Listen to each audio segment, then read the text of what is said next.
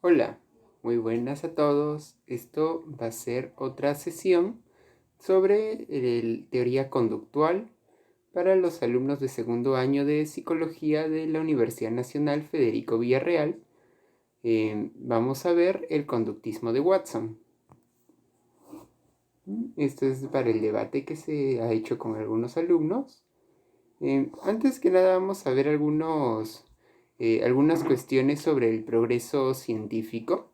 Ustedes han hecho su línea de tiempo y ahí han podido ver de que a lo largo de la historia de la psicología se han hecho diferentes tipos de experimentos. Estos experimentos nos han permitido registrar evidencia de hipótesis comprobadas experimentalmente y nos ha dado diferentes formas de poder manipular parámetros experimentales y poder registrarlos. Esta acumulación de evidencia empírica es una forma en la cual se puede dar eh, el progreso científico por medio de la acumulación de datos. Vemos que en un inicio, cuando Watson recién comienza, habían pocos datos para poder analizar. Eh, Realmente a medida de que se van desarrollando cada vez más y más datos, más evidencia que pueda ser analizada y poder sistematizarla, es que se puede desarrollar una ciencia que pueda ir sistematizando y haciendo útil estos datos. Entonces es ahí donde viene la parte de la interpretación o de la sistematización, que ya no es un simple hecho de poder hacer diferentes tipos de experimentos y poder registrar, o simplemente observar y acumular, sino que hay una parte más dialéctica. Cantor nos explica en su libro La psicología interconductual cómo es que un ejemplo de construcción científica sistemática que implica esos dos aspectos, poder desarrollar constructos a partir de la observación y la experimentación, y también que todos estos registros que se van haciendo en el laboratorio y en la observación en los ambientes naturales pueda ser sistematizada y comprendida. Em, Esto implica no solamente un progreso de tipo acumulativo, sino también un progreso de tipo dialéctico, donde se puede ir observando las formas de comprensión de lo psicológico de los psicólogos conductistas anteriores y cómo es que esto ha ido progresando. Esto es importante, por eso mismo, entender la historia de la psicología. Así ustedes pueden conocer qué experimentos se han hecho antes, qué metodologías han utilizado y cómo es que esto se ha podido ir desarrollando para que puedan ustedes también, alumnos, ir participando de este proceso dialéctico, de poder ir reinterpretando los estudios, las investigaciones que se han venido haciendo y poder continuar dentro de esta historia de la psicología conductual. Otro aspecto es la inclusión tecnológica. Podríamos considerar, por ejemplo, en la física o la biología, cómo es que la invención del microscopio ayudó bastante a que se puedan desarrollar más investigaciones. En nuestro caso, de la psicología, más que nada es la caja de Skinner, un gran invento, que no es el único. Vemos que Watson, Skinner y otros psicólogos han podido inventar diferentes aparatos, diferentes registros, para poder tanto manipular variables como registrarlas. Que bueno, esa también es una forma. También cuando hacen pruebas psicológicas, que claro, lo ideal es que se hagan desde una perspectiva conductual.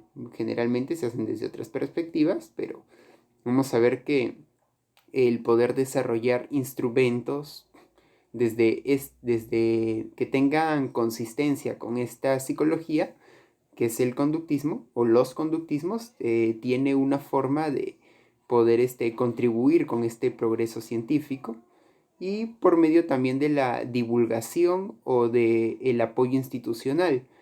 Por ejemplo, Watson como primer presidente, bueno, no como el primero, como uno de los presidentes de la APA, que llegó a hacer, logró que la psicología conductual tenga más prestigio a nivel académico. Y después, al poder en algún momento llegar a ser presidente de una compañía de publicidad o participar en debates o salir en programas de televisión, escribir en revistas, hablar en radios, todo eso contribuyó a que la psicología que él proponía fuera difundida y se conociera. Entonces, esta forma también la considero una forma de progreso científico porque para que la ciencia avance también es necesario que hayan científicos, no solamente investigación. Lógicamente no puede haber investigación si es que si es que no hay personas investigando. Entonces, este aspecto divulgativo es importante. De hecho, la ciencia se enmarca dentro de un contexto cultural. Entonces, también fomentar la promoción de una cultura científica también va dentro del progreso mismo de la psicología. En todo esto podemos plantear diferentes formas o pautas para poder contribuir con el desarrollo de la psicología, como difundir por redes sociales o con los compañeros de la universidad o de otras profesiones, ¿no? De pedagogía, de filosofía, de ciencias sociales, de medicina, que también podrían beneficiarse mucho de saber un poco de lo que ofrece esta psicología. Eh, También buscando conocer de historia de la psicología, como ya les dije, es una forma de poder participar dentro de progreso dialéctico. Entonces es importante también dentro de nuestra propia formación estudiar la historia de la psicología, estudiar las teorías psicológicas, sobre todo las teorías del aprendizaje. Y bueno, también haciendo investigación, también están promoviendo a que la psicología progrese. eh, y bueno, también haciendo críticas y denuncias a prácticas iatrogénicas. eh, También es una forma, aunque un poquito, claro, puede sonar un poco difícil de mencionar, pero también hay que decirlo, ¿no?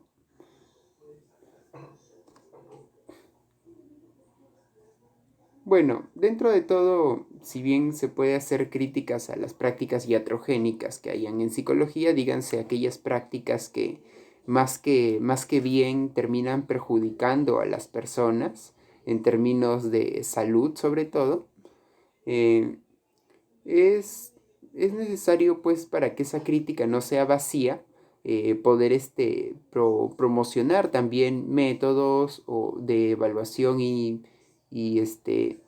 control que favorezcan y que tengan este sustento científico.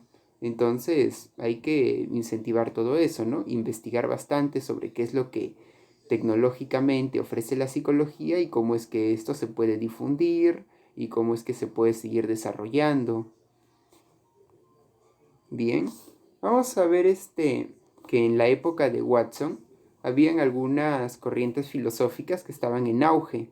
Por ejemplo, el asociacionismo, que ya venía desde la perspectiva empirista de David Hume, de John Locke, de John Stuart Mill, que seguían esta perspectiva y que tuvo influencia en que ciertas teorías como la de Pavlov puedan tener auge.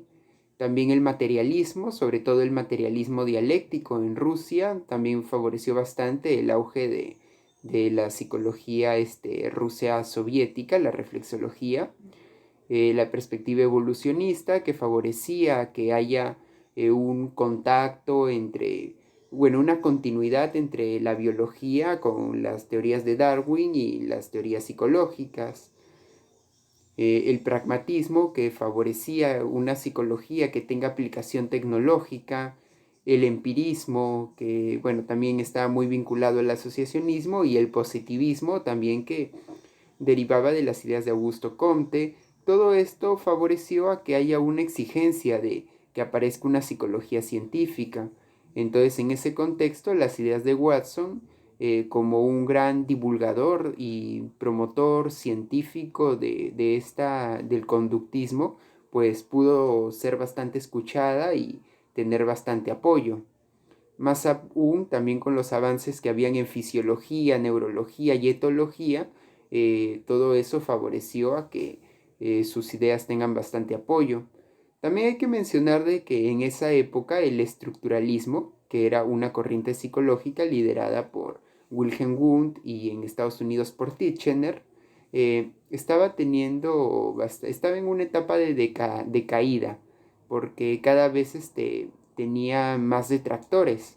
En los psicólogos de la Gestalt, los funcionalistas, bueno, los gestálticos, funcionalistas o fenomenólogos los criticaban bastante.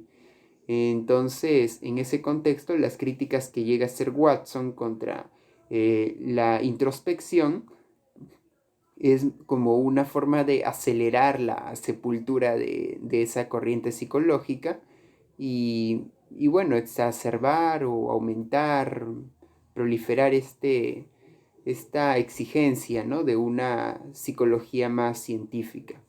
Ahí podemos ver algunos autores que influyeron en que Watson pudiera desarrollar el conductismo, principalmente Iván Petrovich Pavlov y todos los psicólogos derivados de la reflexología rusa, algunos psicólogos funcionalistas con filosofía pragmatista, como James Angel, que de hecho, bueno, él llegó a ser profesor de Watson en la Universidad de Hopkins, entonces tuvo mucha influencia en su obra, mucho más que otros filósofos psicólogos funcionalistas como John Dewey, que también fue profesor de Watson, pero no llegó a calar tanto en sus ideas. Jacques Loeb también fue un etólogo. Podemos ver de que Watson era muy de seguir esto de la psicología comparada entre diferentes especies animales, y las ideas de Loeb sobre lo que es el tropismo animal tuvo influencia sobre todo en los inicios de las ideas de Watson.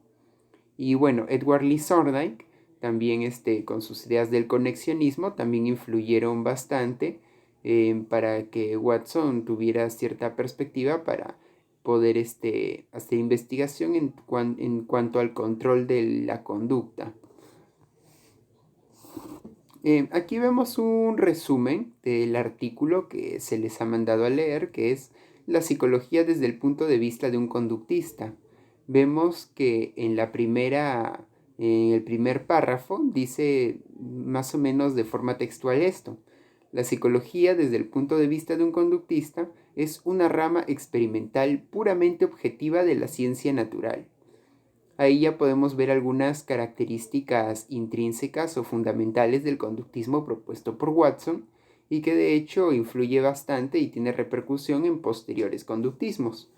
Por ejemplo, el conductismo como ciencia experimental, que claro, no se hace únicamente experimentos en laboratorio, también hacían es un poco difícil decir si son experimentos, porque ya no hay tanto control riguroso como en el laboratorio, pero sí es investigación en el campo, donde se hace uso de la observación del comportamiento de los animales y humanos en sus ambientes naturales, en su entorno. Dígase, en el caso del ser humano, digamos, la cultura sería nuestro ambiente natural. De ahí también que se entienda la psicología como una ciencia natural, no en contraposición de lo social, sino más que nada de cómo es que un individuo pues se comporta en un ambiente social. Y bueno, es una rama puramente objetiva para Watson. Eso es un poquito cuestionable, pero ya se ve como que un intento por desarrollar una psicología.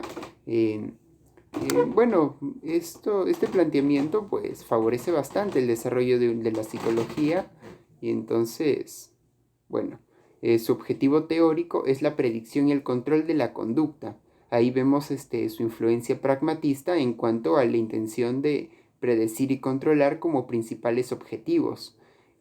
Incluso lo que es la predicción o la descripción o la explicación tienen un segundo plano. De hecho, lo considera Watson como algo provisional. O sea, los datos tienden a cambiar y también la sistematización teórica lo considera un poco anacrónica. Eh, Aquí ya vamos viendo un poco de su perspectiva sobre qué es la conducta como un ajuste de los organismos a su ambiente por medio del equipo heredado y los hábitos. Dentro de un momento vamos a profundizar en este aspecto. Otras características que también se observan en este artículo son el evolucionismo en cuanto a la continuidad animal humano, como humano siendo un animal más, el funcionalismo, ya que Watson plantea que el conductismo es el único funcionalismo consistente, ya que se plantea que hay una interacción de los organismos con su ambiente, solamente que no se hace uso de metodologías introspectivas en lo absoluto, ni tampoco términos mentalistas.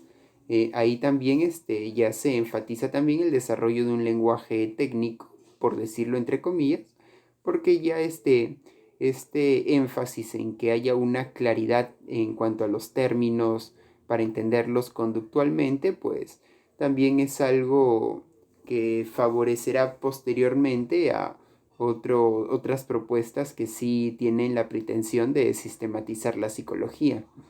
Y bueno, evitar la introspección, también, la introspección y la conciencia, eso también lo pone en contra del estructuralismo y la fenomenología principalmente. Y bueno, y otras psicologías que también proponen este tipo de métodos. Y bueno, algunas conclusiones que se señalan en la misma lectura es que la psicología fracasó como ciencia natural, dígase la psicología que se llevaba hasta ese entonces, no es una ciencia que, bueno, no ha sido una ciencia que dé resultados, que ayude, que ayude o sea, que tenga aplicación tecnológica, o que tampoco es una ciencia eh, que progrese, sino es una ciencia estancada. Entonces, dado esa situación de la psicología, entonces este artículo, bueno, no es en sí un artículo, es una transliteración, o sea que es más como una ponencia que fue transcrita y se presenta en forma de artículo. Bueno, esta transliteración pues eh, tiene esta función de exigir una psicología científica que pueda avanzar y no estancarse. Y bueno, la importancia de la conducta en sí misma, hay que destacar que a partir de aquí también se tiene la conducta como objeto de estudio de la psicología y que ya no tiene tanto valor solamente como lo planteaban los psicólogos anteriores, o sea, ver la conducta como un indicador de procesos mentales. Ya a partir de Watson se ve la conducta como el objeto de estudio de la psicología por derecho. O sea, ya no es un mero epifenómeno o una consecuencia de lo que ocurre dentro del sujeto, sino que ya es lo que a nosotros los psicólogos nos compete estudiar en sí. La conducta animal importa por sí misma. También viene muy ligado a la crítica anterior, y es que antes, y bueno, incluso hasta ahora, algunos psicólogos o etólogos se interesan muchas veces por el comportamiento animal con respecto a lo que este comportamiento puede decir sobre la conciencia, dado que si se sigue el supuesto de que los seres humanos tienen conciencia y los animales también tienen conciencia, pues algo sobre si podemos descubrir algo sobre la conciencia animal a partir de observar su comportamiento, pues eso nos podría ayudar a entender un poco la conciencia humana. Pero Watson nos decía que no, dado que ni el ser humano ni el animal tienen en sí conciencia en ese sentido, entonces no tiene no es importante estudiar el comportamiento humano, el comportamiento animal para poder generalizarlo o tratar de entender la conciencia humana, sino que en sí mismo el comportamiento o la conducta de los monos, de los perros, de las amebas, es valioso. De ahí que, como decía, Watson se interesaba por hacer una psicología comparada, o sea que él observaba la conducta de diferentes animales y comparaba sus semejanzas y sus diferencias. Bueno, el rechazo de la conciencia y la introspección, que ya es algo que ya he venido desarrollando, y la necesidad de atender a problemas importantes. Pues para Watson, esta psicología que incorporaba términos mentales y metodología introspectiva, pues evitaba que los psicólogos se centren en problemas relevantes y muchas veces desviaban por pseudo problemas que no llevaban a nada. Entonces, para poder que haya un avance, entonces era necesario este cambio. Vamos a ver que este es como un primer planteamiento, como que, pero que va a ser como que el inicio para una serie de cambios que se van a dar desde este momento en adelante, como ya lo han visto en su línea de tiempo. Bueno, aquí vamos a profundizar un poco más en la concepción de Watson sobre la conducta. Vemos que para él era un ajuste o una adaptación al ambiente. Aquí lo plantea más como las respuestas se van a adaptar a los estímulos.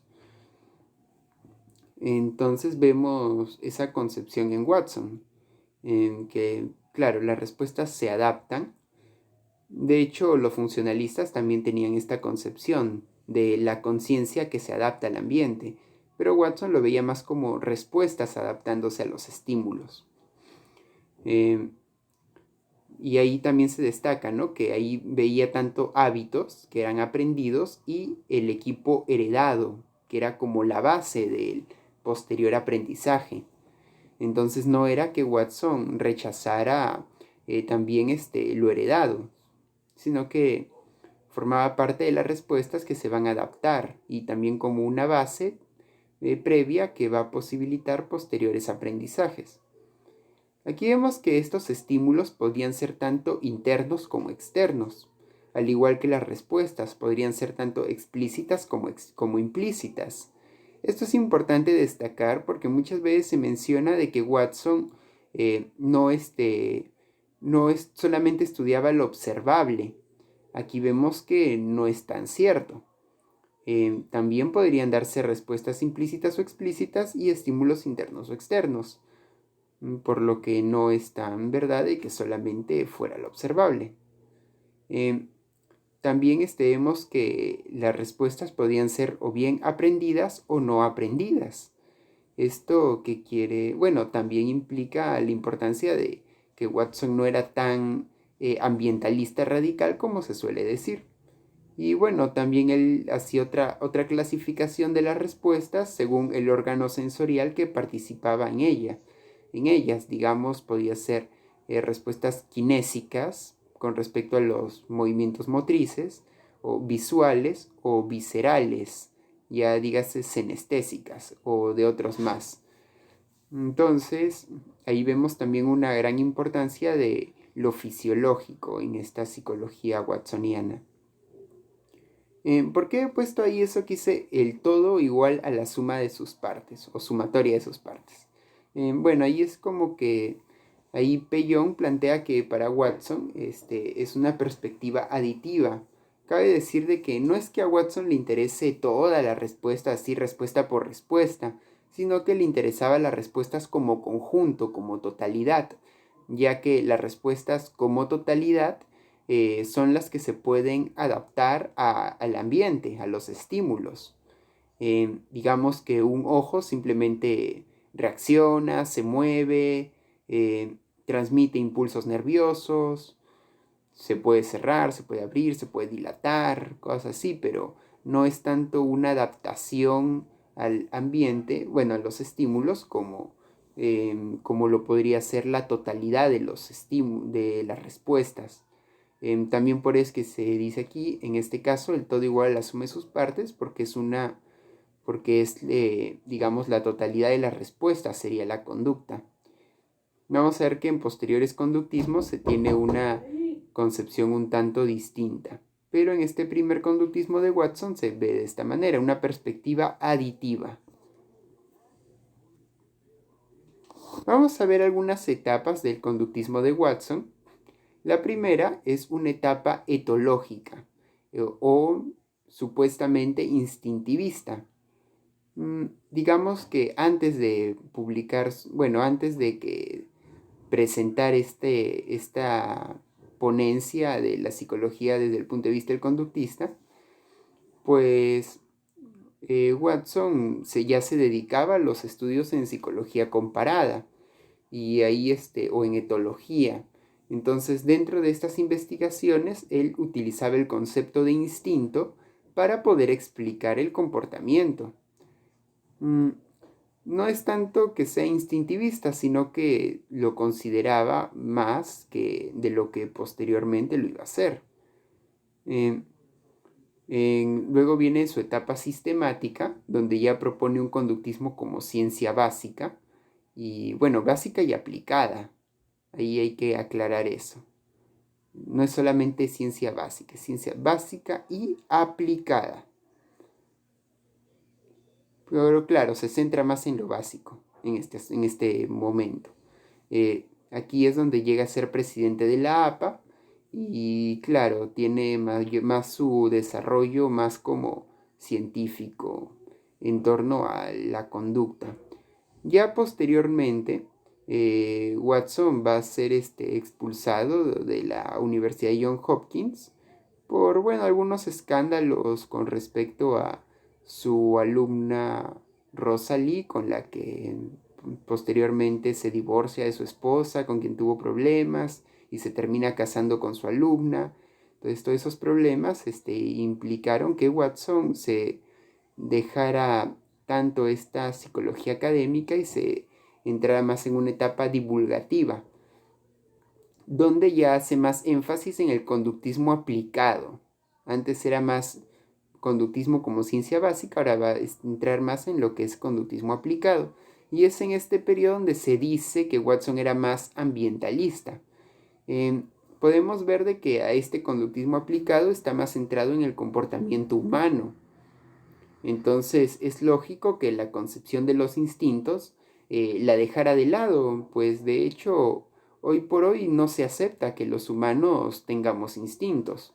Y Watson fue uno de los primeros en darse cuenta de esto. Entonces, bueno, fue alguien que ya por decir esto, y bueno, en este periodo fue tildado de ambientalista, pero en gran medida pues se debe a esto, ¿no? Que se dedicó más al comportamiento humano que al comportamiento animal. Bueno, aquí vamos a destacar algunos mitos que ya he ido mencionando algunos, ¿no? Que, por ejemplo, no fue ambientalista radical, luchaba contra la eugenesia. ¿Por qué hago destaco esto de la eugenesia? Es por respecto a esta famosa frase de Watson de denme una docena de niños sanos y elegiré a cualquiera. Bueno, algo así es. Y no me la sé de memoria, pero es un poco así, ¿no? Y yo haré que sea ingeniero, ladrón, policía, lo que sea. Cabe destacar que Watson lo hace en un contexto de lucha contra la eugenesia. Lo dice en un debate. Entonces, cuando Watson dice esta frase, no la dice tan en serio porque realmente sea así del todo. Lo dice más que nada porque él estaba tratando de ridiculizar a las personas que creen en la eugenesia. ¿Qué es la eugenesia? Es, digamos, como una forma de darwinismo social donde tratan de mejorar a la humanidad por medio del control de la natalidad de las especies, tratar, digamos, de eliminar a los menos aptos y digamos que aquellos que supuestamente eran los más aptos puedan prevalecer. Dígase, por ejemplo, en la Alemania nazi, cuando mataban a los judíos. Era una forma de manipulación genética de la humanidad. Y Watson, dijo esta frase para ridiculizar a esta pseudociencia. Y bueno, pues también a partir de eso es que se le tachó como ambientalista radical. También vemos de que no era un psicólogo reflejo causalista, sino que era más una perspectiva de condicionalidad. Esto ya lo mencionaba un poco en el debate, digo, en la línea de tiempo, de que para Watson no era de que toda conducta sea un reflejo inmediato o instantáneo, o sea, no era tanto de que él siguiera, o sea, como que todas sus explicaciones las fundamentara en el paradigma del reflejo pavloviano. O sea, sí lo tomaba en consideración, pero no era que lo redujera todo a ello, sino que tenía una perspectiva más que causalidad, era más una condicionalidad. O sea, dada de que si se pueden conocer todas las condiciones de las que depende una conducta, se puede predecir. Esto de que no registró sus respuestas sexuales con su amante, suena un poco raro, pero es una difamación que se llega a decir de Watson, que él en su laboratorio hizo investigaciones sobre sexualidad y hizo estos registros de... En realidad es un mito, nunca lo hizo, pero se dice. Y bueno, esto de que no fue machista, bueno, es controversial decir exactamente qué es el machismo, pero lo destaco porque, Watson decía que las mujeres eran impulsivas porque no se les enseñaba a controlar sus emociones. Watson habla sobre la debilidad de la mujer, pero no habla de la debilidad de la mujer en el sentido de que las mujeres sean inferiores por naturaleza a los hombres, sino que la cultura enseñaba a las mujeres a ser más complacientes, más débiles que los hombres. Entonces ahí era más como una exigencia de que las mujeres tuvieran una educación más, que favoreciera más esta igualdad, ¿no? Que no sé, claro, para que la mujer no sea vista como inferior al hombre, tendría que ser educada para aprender a ser para que no aprenda a sentirse inferior, a comportarse eh, con menores habilidades, que eso es algo que se suele dar. Y bueno, algunas propuestas interesantes de Watson. Él enfatizó la psicología comparada, la psicología infantil y la psicología fisiológica. Esto es muy importante porque en la época de Watson, dado que es uno de los inicios de la psicología, pues también es complicado tratar de entender la psicología humana como tal. Entonces, si tú quieres, de hecho, en el artículo La psicología tal como la del conductista, Watson ve algunas diferencias, él describe algunas diferencias entre el comportamiento humano y animal. Y él acepta que el comportamiento humano es más difícil de predecir y controlar. Entonces, para poder tener una comprensión parcial sobre ello, pues habría que entenderlo un poco el comportamiento desde su etapa de formación o en periodos más básicos, más sencillos. Entonces, la psicología animal, la psicología en niños o la psicología fisiológica, pues favorecía este desarrollo, esta comprensión más básica sobre cómo es que se empieza a formar el comportamiento y así poder empezar a avanzar. Y bueno, estas áreas de investigación pues son sumamente importantes en la psicología, incluso a la fecha actualmente. El planteamiento de que no existen instintos humanos, ya lo mencioné antes, pero bueno, también es algo interesante que él nos plantea. Las emociones parten de tres reacciones viscerales básicas, he puesto aparte, pero parten de tres reacciones viscerales básicas: el miedo, la ira y el amor. Entendiendo aquí más el miedo, ira y amor como tres respuestas fisiológicas que se dan ante ciertos tipos de estimulación. que, bueno, básicamente, digamos, un niño, un bebé, si se le expone a un ruido fuerte, pues va a sentir miedo y va a presentar respuestas fisiológicas de miedo, sin que nadie se les haya enseñado a comportarse así ante esa situación. Y de ahí, por medio del aprendizaje, puede darse estas respuestas ante otras situaciones. O sea, es como que estas respuestas viscerales básicas son como que la base para poder aprender conductas emocionales ante otras situaciones. O sea, no es puramente algo innato, sino que es la base para aprender. El pensamiento es una sustitución condicional de objetos y actos. Esto de hecho es sumamente interesante porque también se suele decir que para Watson la conducta es solamente, bueno, el pensamiento es únicamente un habla subvocal, lo cual vemos que no es realmente cierto. Sí le daba importancia a los movimientos laringios, pero no era tanto así como que se redujera el comportamiento solamente a habla subvocal, sino que por medio del, bueno, el pensamiento habla subvocal, sino que el pensamiento era una forma de sustituir objetos o acciones que no se estaban dando en ese momento, en un momento dado, lo cual facilita o favorece una cierta manipulación de objetos que no están presentes. Y bueno, practicar acciones que tal vez en ese momento no se puedan hacer. Y bueno, poder influirse o tomar como pautas acciones que no se están dando en un momento determinado, lo cual para Watson tiene un valor adaptativo.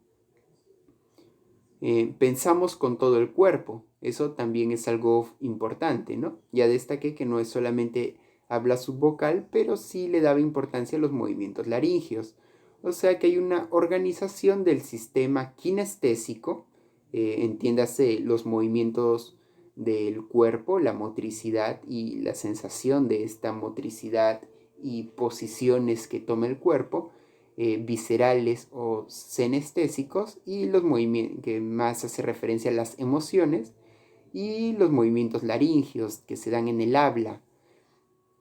Todos estos sistemas de respuesta se van a coordinar cuando pensamos. Y bueno, la personalidad como sistema de hábitos. Esto lo destaco porque también se suele decir que Watson no le interesaba la personalidad. Ya vemos que no es cierto, sí plantea una perspectiva sobre la personalidad y que de hecho es una perspectiva operacionalizada, lo cual favorece que se puedan dar investigación científica, experimental, con respecto a un constructo complejo como la personalidad. O sea, no es que se tome del todo la perspectiva de Watson, pero sí es uno de los primeros en proponer este tipo de investigación con respecto a la personalidad. Y también agrega que la personalidad puede cambiar, sobre todo en la juventud. Esto es importante, digamos, muchas veces se dice que no se le puede hacer evaluación de personalidad a niños muy jóvenes. ¿Por qué? Porque precisamente su personalidad recién se está formando. Y entonces vemos eso, que eso es algo que, digamos, Watson ya visualizaba desde esa época. Y bueno, también nos dice que no existen psicopatologías. A partir de ahí viene también una crítica que hace Watson a Freud, ya que para Watson fue culpa de Freud que se tenga una concepción tan psicopatologizada de la psicología, aunque sí llega a aceptar que pueden haber desórdenes en los hábitos y que estos pueden dificultar la adaptación. En ese sentido, la psicología conductual es la adecuada para poder modificar los hábitos. Y bueno, eso es todo. Aquí voy a dejar en el enlace de este video para que puedan entrar a un Kahoot en modo desafío y puedan evaluar lo que han entendido o si es que han aprendido algo de este video. Y bueno, me gustaría que dejen en los comentarios, bueno, de repente un breve resumen, algunos comentarios, críticas y bueno, también mencioné de algunas acciones que se pueden hacer para favorecer el desarrollo y el progreso de la psicología. Me gustaría que comenten al respecto. Bueno, esto es con respecto a una actividad y las referencias que se usaron para hacer esto.